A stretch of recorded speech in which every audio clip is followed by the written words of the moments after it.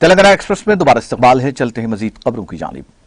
Supreme court ने मरकजी वजीर और भारतीय जनता पार्टी के रहनुमा नारायण राणे के फर्जंद एमएलए नीतीश राणे के महाराष्ट्र में कत्ल की मुबैना कोशिश के एक मामले में अबूरी जमानत की दरख्वास्त पर समाअत करने से इनकार कर दिया है। Chief justice NV Raman, justice AS Bopanna और जस्टिस सीमा कोहली की बेंच ने महाराष्ट्र के कनकावली के एमएलए नीतीश राणे की अर्जी पर गौर करने से इनकार करते हुए मुलजिम को मुतालिका अदालत के सामने खुद सुपुर्दगी और बाकायदा जमानत लेने का हुक्म दिया।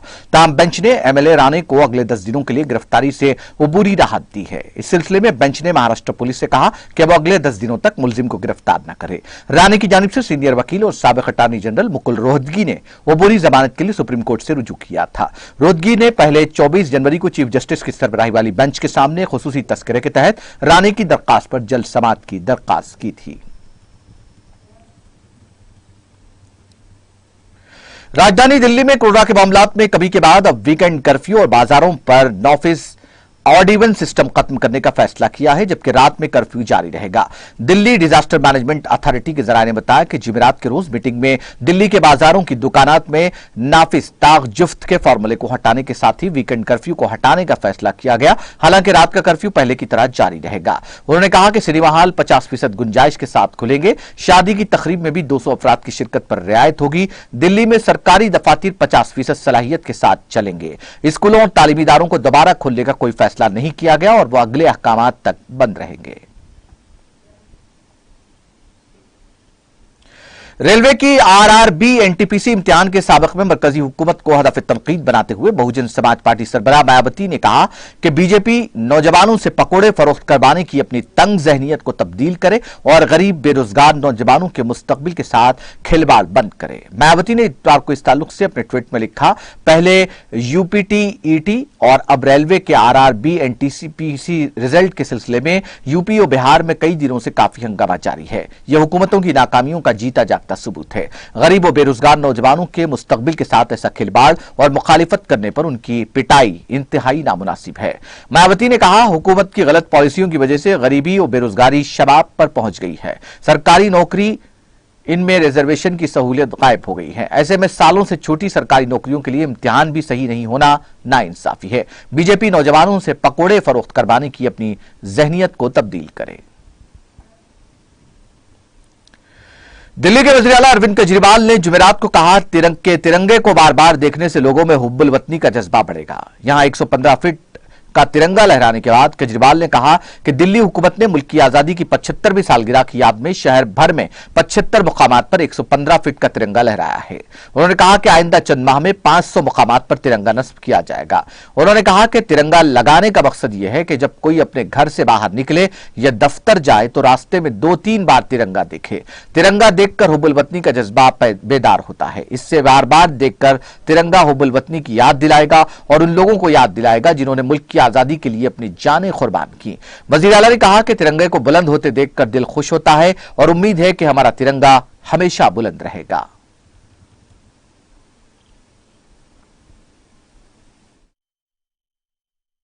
के 75 साल मना रहे हैं और उसी को ध्यान में रखते हुए आज 75 जगहों पर 115 फीट ऊंचे झंडे तिरंगे लगाए गए हैं। हमारा मकसद है फाइनली पहले फेज में पूरे दिल्ली में 500 जगहों पर ये झंडे लगाए जाएंगे। अगले कुछ महीनों के अंदर हमारा टारगेट तो था कि 26 जनवरी तक कर दें, लेकिन बीच में पोल्यूशन की वजह से और कई कारणों की वजह से, कोरोना की वजह से कंस्ट्रक्शन पे बैन लग गया था। अगले कुछ महीनों के अंदर सभी 500 जगहों पे 500 साइट्स के ऊपर ये तिरंगे लगा दिए जाएंगे। हमारा मकसद है कि दिल्ली में कोई भी अपने घर से बाहर निकले और दफ्तर के लिए जाए तो कम से कम 2-3 बार उसे दिन में तिरंगा जरूर दिखाई दे।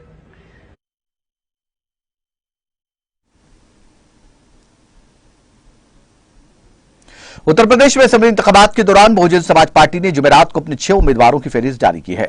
4 अजला की 6 असेंबली सीटों के लिए जारी फहरिस्त में बीएसपी ने मूलचंद्र चौहान को बिजनौर जिले की धामपुर सीट के लिए उम्मीदवार बनाया है, जबकि मोहम्मद रिजवान मुरादाबाद जिले की कंद्र की सीट पर बीएसपी के उम्मीदवार होंगे। बीएसपी ने बरेली जिले की नवाबगंज सीट से यूसुफ खान को फरीदपुर सीट से शालिनी सिंह और बरेली सीट से ब्रह्मानंद शर्मा को उम्मीदवार करार दिया है।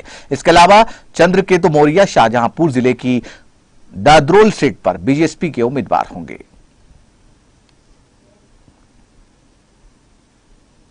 राजस्थान के वज़ीर-ए-आला अशोक गहलोत ने जोधपुर के रिहायशी रवि बिश्नोई को हिंदुस्तानी क्रिकेट टीम में मुंतखब होने पर मुबारकबाद और नेक ख्वाहिशात पेश की हैं। गहलोत ने कहा कि जोधपुर के रवि बिश्नोई को वेस्टइंडीज के खिलाफ वनडे और T20 क्रिकेट सीरीज के लिए मुंतखब हिंदुस्तानी टीम में शामिल होने पर मुबारकबाद और नेक ख्वाहिशात। काबिल जिक्र है कि इस सीरीज के तहत हिंदुस्तानी टीम 3 वनडे अहमदाबाद के नरेंद्र मोदी स्टेडियम में आइंदा 6 फरवरी से और T20 सीरीज कोलकाता के एडन गार्डन में 16 फरवरी से वेस्टइंडीज के खिलाफ खेलेगी। अंडर 19 क्रिकेट से अपनी पहचान बनाने वाले लीग स्पिनर रवि बिश्नोई को हिंदुस्तानी टीम में शामिल किया गया है।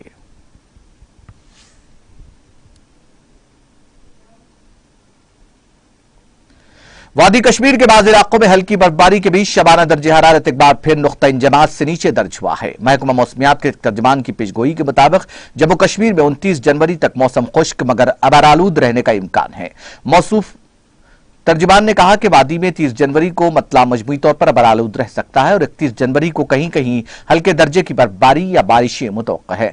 इधर गरमाई दालुको श्रीनगर जहां दौरान शब कहीं कहीं हल्के दर्जे का बर्फबारा हुआ, कम से कम दर्ज हरारत 1.3 डिग्री सेंटीग्रेड रिकॉर्ड किया गया, जो गुज़िश्ता शब इतना ही रिकॉर्ड हुआ था। श्रीनगर में 18 दिसंबर को रबा सीजन की सरतरीन रात दर्ज हुई थी, जब कम से कम दर्जे हरारत -6.0 डिग्री सेंटीग्रेड रिकॉर्ड हुआ था। वादी के मशहूर दहर सियाहती मुकाम गुलमर्ग में कम से कम दर्जे हरारत -10.0 डिग्री सेंटीग्रेड रिकॉर्ड किया गया, जहां गुज़िश्ता शब कम से कम दर्जे हरारत -10.4 डिग्री सेंटीग्रेड रिकॉर्ड हुआ था। वादी के दूसरे मशहूर सियाहती मुकाम पहलगाम, जहां दौरान शब 0.2 सेंटीमीटर ताजा बर्फ जमा हुई है, कम से कम दर्जे हरारत -10.9 डिग्री सेंटीग्रेड रिकॉर्ड किया गया है।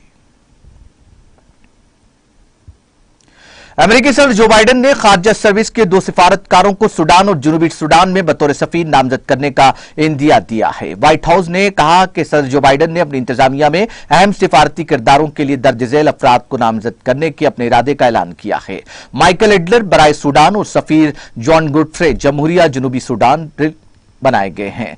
मिस्टर एडलर को फॉरेन सर्विस में 30 साल से ज्यादा का तजुर्बा है और वो हाल ही में जनूबी एशिया के लिए अमेरिकी कौमी सलामती काउंसिल के डिप्टी सीनियर डायरेक्टर के तौर पर खिदमत अंजाम दे चुके हैं और इससे कबल अफगानिस्तान के डायरेक्टर थे। गोडफ्रे उस वक्त स्टेट डिपार्टमेंट के इंसदाद दहशतगर्दी ब्यूरो में इस्लामिक स्टेट को शिकस्त देने के लिए आलमी इत्तेहाद के इंसदाद दहशतगर्दी कोऑर्डिनेटर और खुसूसी कायम मुकाम एलजी हैं।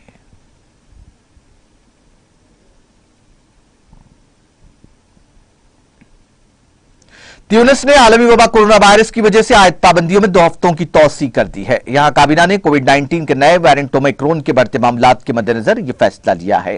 ट्यूनिस में कोरोना की रोकथाम के लिए 13 जनवरी रात 10 बजे से सुबह 5 बजे तक कर्फ्यू नाफिज है। खुले मैदान में मुनक्किद होने वाली तकरीबात या तो मुलतवी कर दी गई हैं या मनसूख कर दी गई हैं। हुकाम ने लोगों से वैक्सीन की खुराक लेने और मुल्क के इन इलाकों में जहां कोरोना के केसेस बढ़ रहे हैं सफर न करने की अपील की है।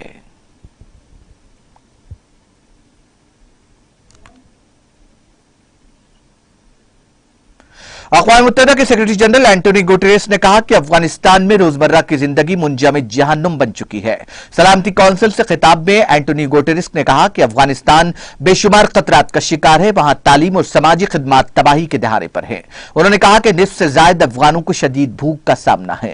अफगानिस्तान में रोजमर्रा की जिंदगी मुंजमद जहन्नुम बन चुकी है। सेक्रेटरी जनरल अक़वाम मुत्तहिदा ने मजीद कहा कि अफगानिस्तान में खवातीन समाजी कारकुनान की अगवा गिरफ्तारियों पर तशवीश है। उनका कहना था कि जबरी गिरफ्तार खवातीन समाजी कारकुनान को फौरी रिहा किया जाए। अफगानिस्तान में इमदादी कार्रवाइयां महदूद करने वाले जवाबित मुअत्तल किए जाएं। एंटोनी गुटेरेस ने यह भी कहा कि अफगानिस्तान में आलमी इमदाद से पब्लिक सेक्टर वर्कर्स की तनख्वाहें अदा की जाएं। उन्होंने कहा कि तालिबान दहशतगर्दी खतरात कम करने के लिए आलमी बरादरी और सिक्योरिटी काउंसिल के साथ काम करने की अपील की है।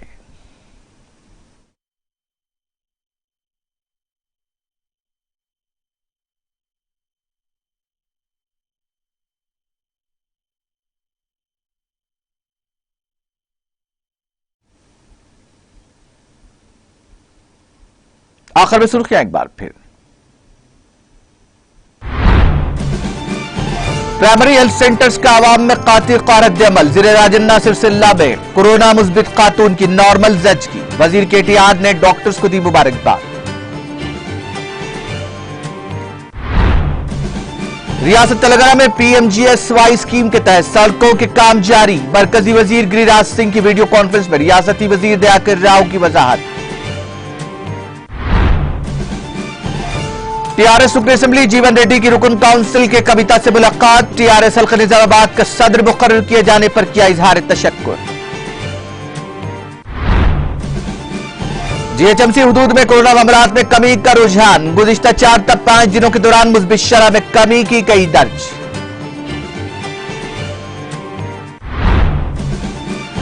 तेलंगाना और आंध्र प्रदेश में एक मरतबा फिर दर्जे हरारत में गिरावट। सुबह के औकात में कोहर की घनी चादर। सर्दी से बचने आवाम ने किया मुख्तलिफ तरीकों का इस्तेमाल।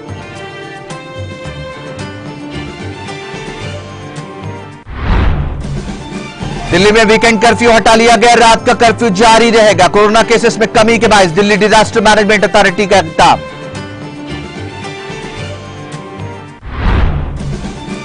और बीजेपी नौजवान पकोड़े फरोख्त करवाने की अपनी जहनियत तब्दील करे। बीएसपी सरबराह मायावती की मरकजी हुकूमत पर तनकीद।